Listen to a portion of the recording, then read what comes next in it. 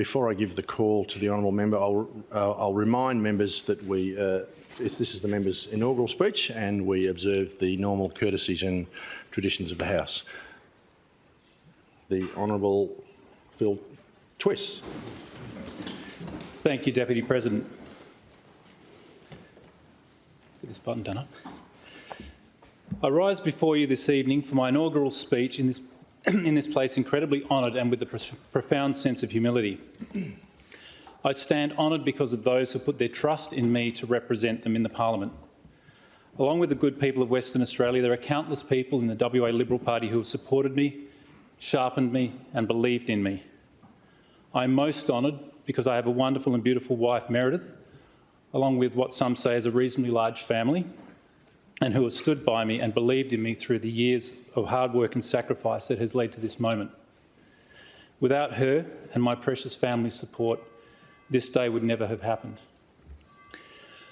From a young age, my parents impressed upon me the importance, purpose and gravity of our extraordinary system of government, which at its core was devised so that all Western Australians could be free to pursue their lives unburdened by an overbearing state. Whenever I enter this place, I recall standing in the gallery above, looking down in wonder as a young boy on a school camp from Useless Loop, while Mr Henderson told us of the importance of the two chambers for enacting fair and just legislation. Mr Henderson also explained to us how the separation of powers and the role of the Parliament was so vital to the execution of government business in a free society. It's also with a deep sense of humility that I stand before you, knowing that in this place our actions or our inactions can have profound and lasting effects on the lives of everyday Western Australians. I pray that all of us in this place never take that responsibility lightly and that no single one of us thinks that we are so clever, so intelligent or so wise that we alone have all the answers. I also stand before you in some respects reluctantly and with a degree of trepidation, not because I'm fearful of this day or the path ahead, but because I take seriously the task before me. All of us sitting in this chamber have sworn an oath or made an affirmation that we will serve the people of Western Australia faithfully. I believe that we will be judged for every decision we make, the things we say and how we conduct ourselves in this place. And I don't think I'm alone when I say that that decision to serve in this way did not come lightly. And yet, like my colleagues in this place, that trepidation pales against the privilege to play our part in the great story of Western Australia. So who am I? Like so many Western Australians, I too am the child of immigrant parents. My father is the son of a union coal miner from the English Midlands. Dad was a 10-pound pom who left his home hoping to build a new life in Australia just as the 60s were ending. On the voyage over, he picked up a beautiful girl from Christchurch, married her, and somehow, after a year or two living in Manly, convinced her in 1971 that the isolation, red dust and the heat of the Pilbara was really the place where her dreams would come true. My parents have been incredibly active and determined to make the places they have lived better than they found them. The Vietnam War and concerns of communism spreading throughout Southeast Asia saw Dad take up with the Citizens Military Force in New South Wales, serving with one commando company before he moved west to the Pilbara. At 82 years of age, he runs several marathons a year and is the current state record holder for his age category. And later on in this year, he'll actually be running in the New York Marathon. My mother, on arriving, a little bit proud of that, my mother, on arriving in Karratha, quickly became involved in women's health and the Red Cross. As a founding member of the Karratha branch of the Country Women's Association in 1974, she produced and starred in pantomimes, coordinated groups like the Patch Theatre and WA Ballet, bringing art and culture to the Northwest, and was the first woman to become a recipient of the Pilbara Citizen of the Year Award in 1980. At 82, she remains an active advocate for rural women and children in Nannup, as an honorary life member of the CWA. They're a hard act to follow, and I hope that I can do their legacy justice during my time in the WA Parliament. So although I was born in Sydney, my first memories are of the spinifex and blistering heat of Karratha. For the first 10 years of my life, I grew up in a town that arose out of the visions of Sir David Brand and Sir Charles Court, as mentioned by my learned colleague, I went to the brand new schools and benefited from the amazing infrastructure made by the work of Sir Charles that was established through the State Agreements Acts, which gave certainty to business investment in the northwest and ensured world-class facilities and infrastructure would be available for the thousands of workers and their families who came to live and work in some of the harshest conditions on the planet. I recall fondly the amazing community and the mix of people from all over the world who came up north seeking a better life. Many of them refugees from the Baltic states and Eastern Europe, where the Iron Curtain of the Soviet Union had made life a living hell for millions of people. It was through the stories I heard at barbecues, in smoko huts and family gatherings, along with my father's warnings, that I first became aware of the inherent destructiveness of ideologies like socialism and communism. I learnt up north how with hard work and determination, anyone willing can build a great life. But I also saw firsthand the damage unchecked and militant unions could do, destroying businesses, wrecking jobs and wiping out the fortunes of decent people and their families. I saw this firsthand because this was the fate of my family when my father and his business partners were black-banned from the Burrup Peninsula for not having a unionised workforce. Construction contracts were torn up by major companies too afraid to stand up to the coercive tactics on Dad's workforce, many of whom had been subject to similar treatment before they fled Eastern Europe.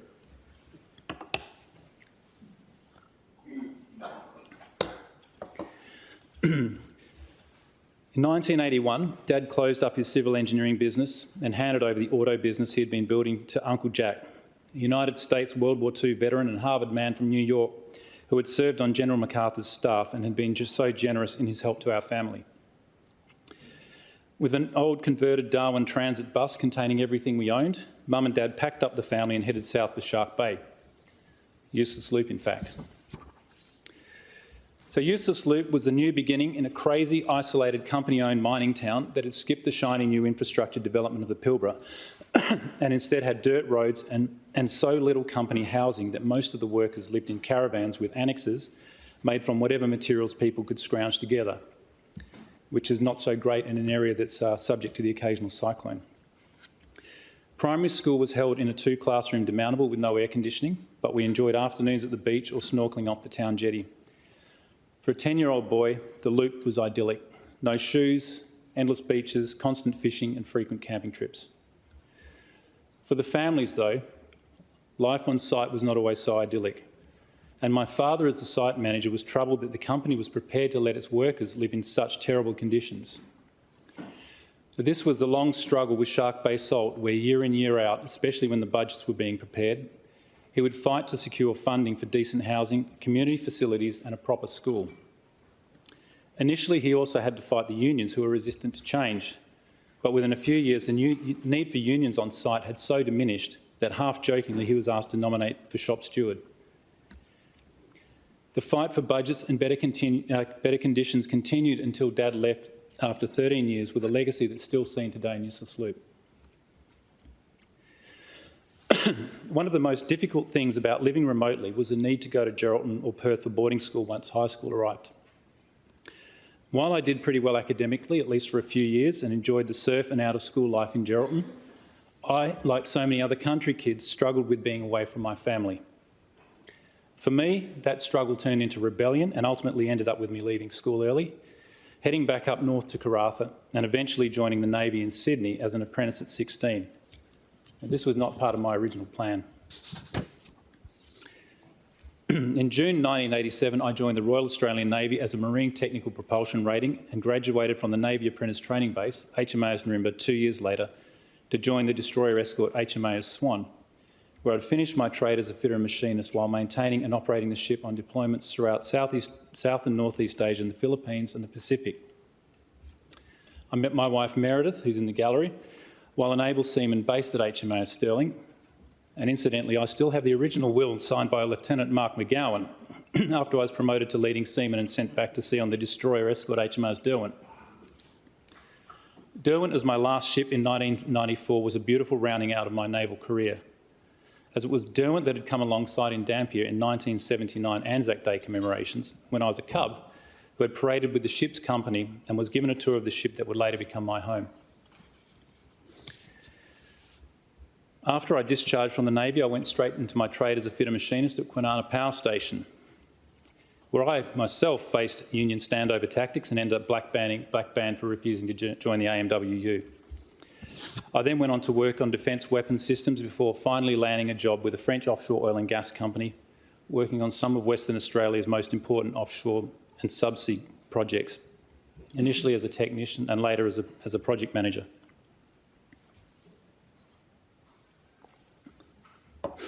Along the way, I've been to university to study history, political science, international relations and business.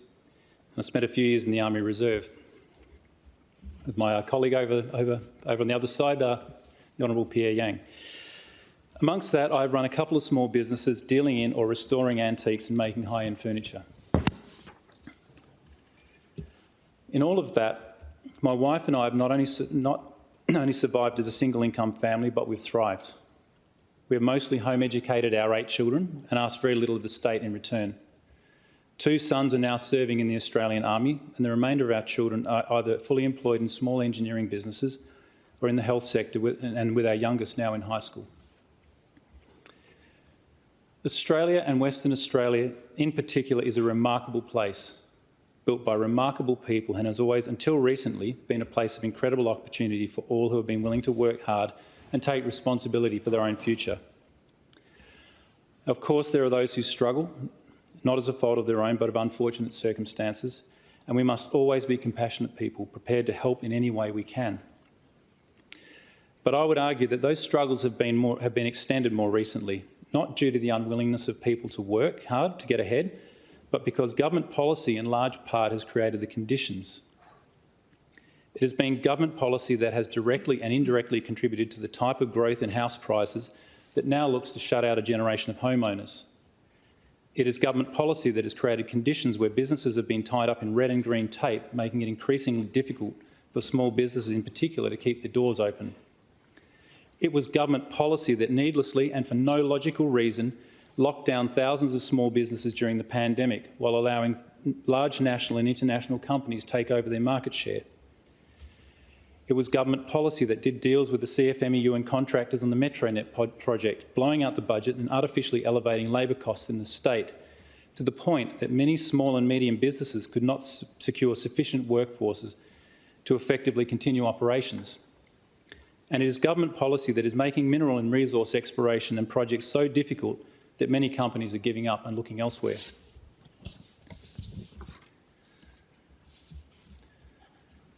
So what am I here for? And not down south somewhere mountain biking and making beautiful furniture in the forest. The truth is that I'm here for quality of life. Not mine, and that was going well enough as it was, but the quality of life for the people in Western Australia, particularly those people disadvantaged by the remoteness of the regions or by government policy that ignores their needs and wishes because it thinks it can get away with it. I'm here for quality of life because I'm fully invested in a future that my 8 children and their children will carry forward long after I'm gone. Quality of life, while usually felt most keenly in the physical and practical, is something that can only exist when underlying conditions for its existence and sustainability are correctly ordered. Arguably, in Western Australia, some of those underlying conditions politically have become disordered and government priorities out of sync with reality and its use of parliamentary power subordinated to the executive. First among quality of life is safety, which is perhaps a strange thing for a mildly libertarian liberal to say. But without safety, there is no freedom, and without freedom, there is no quality of life. Or as the Americans say, the right to the pursuit of happiness. While not necessarily perceived as a state issue, the security from external threats to our borders is something that should be foremost in the considerations of state government business, at least until the federal government adequately addresses the issues. With around 55% of Australia's mining and oil and gas export revenues coming from Western Australia and almost all of those from the northwest, it is ludicrous that so few defence assets are permanently deployed in Western Australia. Vital offshore and onshore port assets still remain relatively undefended in a threat environment that, according to the 2023 Strategic Defence Review, no longer enjoys a degree of protection from our geography and from extended warning times. Now, we hear a lot about AUKUS and Virginia-class submarines, and yes, it is vital that we as a state urgently address and get on top of the delays to the supporting infrastructure investment and the emergency response readiness plans that are plaguing the current government. But we can't let this distract from the significant gap in defence capability and readiness in the northwest of the state. The current state Labor government should be banging on doors in Canberra. It should be applying pressure in whatever way they can to convince the federal government to deploy critical deterrent offensive assets into the northwest, where they can be rapidly and effectively deployed in defence of the onshore and offshore infrastructure and the families that live up there that provide so much of our state's and Australia's wealth. If government is not prepared to take care of this matter, then I'll be sure to remind them often and do what I can to make my voice heard. The next among these is quality of life issues. It's freedom from needless laws and an overbearing executive government. In commentaries on the laws of England, Sir William Blackstone noted that every wanton and causeless restraint of the will of the subject, whether practised by a monarch, a nobility, or a popular assembly like ours, is a degree of tyranny. I'm here because I despise tyranny in all its forms. It is, after all, nothing more than institutionalised bullying and coercive control with an air of officialdom about it. At risk of lecturing, I do feel it necessary to point out that in the great tradition of the Westminster parliamentary system, this House does not exist for the sake of the executive government. It exists for the people of Western Australia. We're in this place because for so many it is their only place to be represented and heard. It is their only place to have their interests properly considered. I wish I did not have to point this out, but it is evident that for the past 4 years, the people of Western Australia have endured a government that has forgotten what this place represents and used an historical majority to bypass the very purpose of this chamber.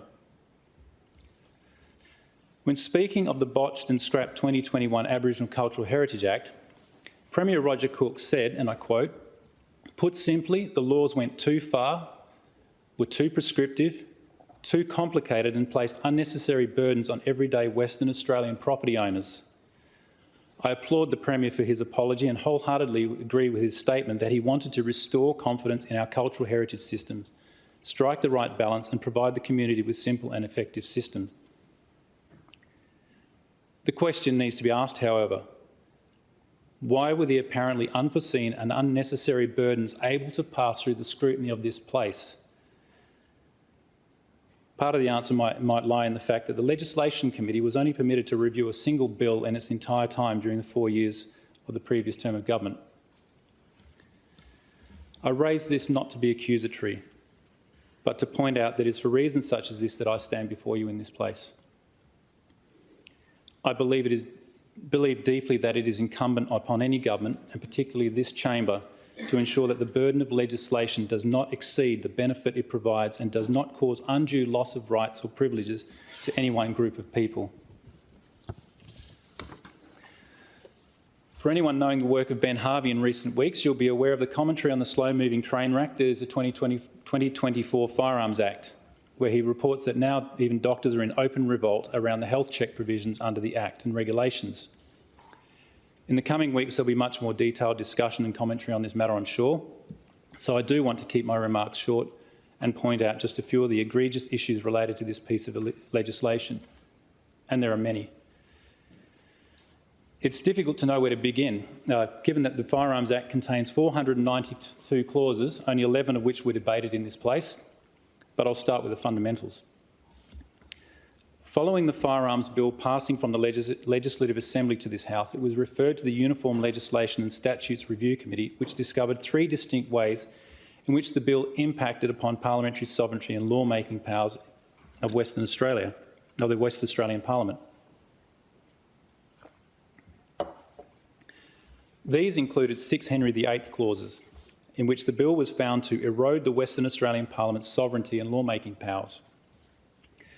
The committee also identified that the bill proposed wide, open-ended regulation-making powers, which left substantial details to be prescribed by regulation.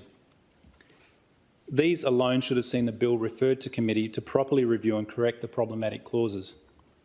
This was refused by the government, which seemed to have no problem with the bill overtly handing over the power of the Western Australian people, as exercised through the Parliament, to the Police Commissioner and his delegates. A later motion supported by 32,234 signatures to refer the bill to the Standing Committee on Legislation was denied, and the bill was rammed through the council using emergency powers with just 2% of the clauses debated. So for the record, I'm not a firearms owner and I've never been one. The Firearms Act and its regulations have no direct effect on me. My interest in the Firearms Bill arose when I began to read the content and saw similar disturbing powers and prescriptions as I'd seen in the failed Aboriginal Cultural Heritage Act. Also apparent was the fundamental departure from the 2016 Law Reform Commission's review of the Firearms Act of 1973. When tabling the final review in Parliament, the then Attorney-General, the Honourable Michael Mission, MLC, noted that the Commission, when contemplating the recommended areas for reform, had kept in mind the need for a strong regulatory framework in order to enhance community safety, but it also acknowledged that most crimes involving firearms are carried out by people not licensed to carry them. Anyone reading the Firearms Act of 2024 could be forgiven for thinking that the government considered anyone who owned or wished to licence a firearm was a criminal in waiting. Like the Aboriginal Cultural Heritage Act, powers had been created and granted to the executive that broke fundamental tenets of a free society. Common to both acts were provisions that violated the privilege against self-incrimination, which the High Court recognises as a basic and substantive common law right. The Firearms Act introduced, among other things, powers for the Commissioner of Police to consider a person's suitability based on such broad categories as a person's views, opinions or attitudes, a person's way of living or domestic circumstances, and to introduce health standards which it is almost impossible to find any justification. A fundamental tenet of this place should be that no law should pass for which proper consideration of the restraint of the will of every Western Australian is given. Otherwise, in Blackstone's words, we function as a popular assembly with a degree of tyranny, and we're no better than the unrestrained monarch, dictator or autocrat.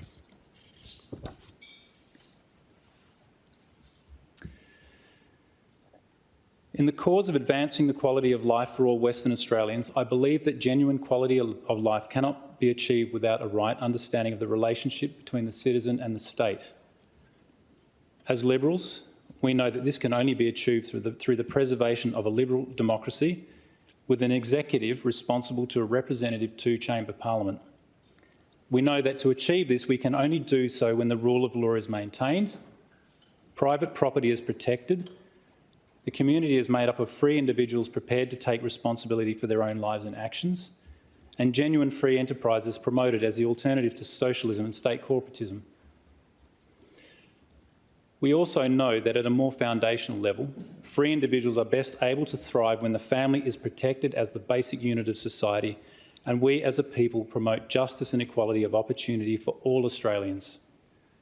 It is a system that did not arrive by chance and was built on an enduring foundation guided by a Christian ethic which holds that every person is of equal worth and dignity. Dr. Elizabeth Hayden, in her closing remarks to her welcome to country at the opening of this 42nd Parliament, made the point that Australia was built on a Christian foundation, and it was Christianity that made Australia and Western Australia great. Dr. Hayden also felt that Australia had lost its greatness and felt compelled to ask that question not once but twice. Where has the greatness gone? I can only really speculate what prompted Dr. Hayden to say what she did, but I suspect in part that it is because we as a state, a people and a parliament have failed in many ways to properly honour that foundation. As I draw my speech to a close, I'd like to make some final remarks and thank yous. First of all, thank you to the people of Western Australia for voting me into this place. I'm deeply humbled and I hope that I can be a part of a parliament that can leave the state better than we found it. For the Clerk of the Legislative Council, Sam and his incredible staff, thank you. You are the unsung heroes of this place and I'm very grateful for the time you have made to ensure that we can be as ready as we can be. My Liberal Party Legislative Council colleagues and old hands, you have gone above and beyond to welcome us new members and helped us to prepare. And I know I'm not the only one who is incredibly grateful. The Liberal Party and those who I've had the amazing honour of getting to know at countless sundowners, lunches events, and of course fighting side by side on seemingly endless election campaigns. In particular, I want to acknowledge that special group of pre-selection delegates in the party who were prepared to put their faith in me on behalf of the party and Western Australia to represent them. Despite what detractors may say, the Liberal Party is a truly grassroots organisation and its pre-selection process is incredibly robust. As candidates, we do have to make our case to our peers in the party, and I thank that special group of 80 or so members from across the party who took the time to attend mine and all of our pre-selections.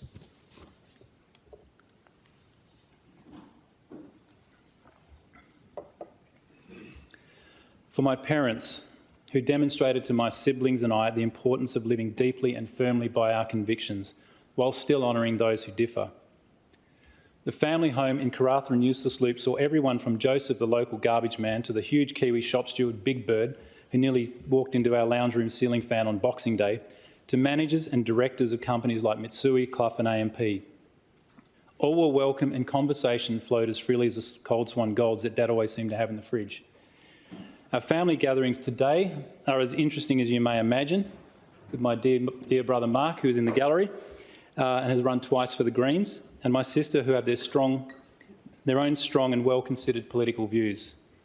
We relish the opportunity to bounce our ideas off each other over a wine or a weird craft beer and a meal together.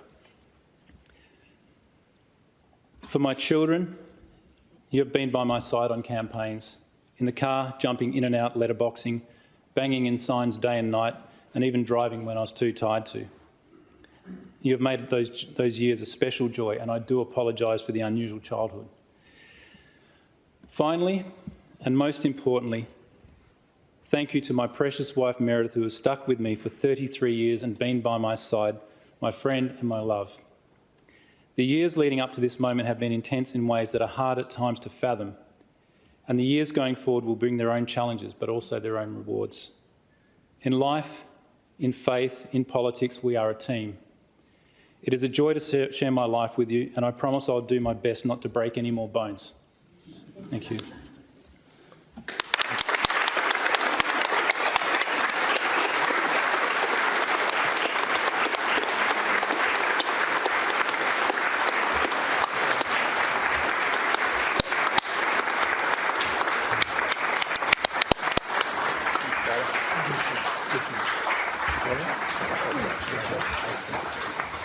Great.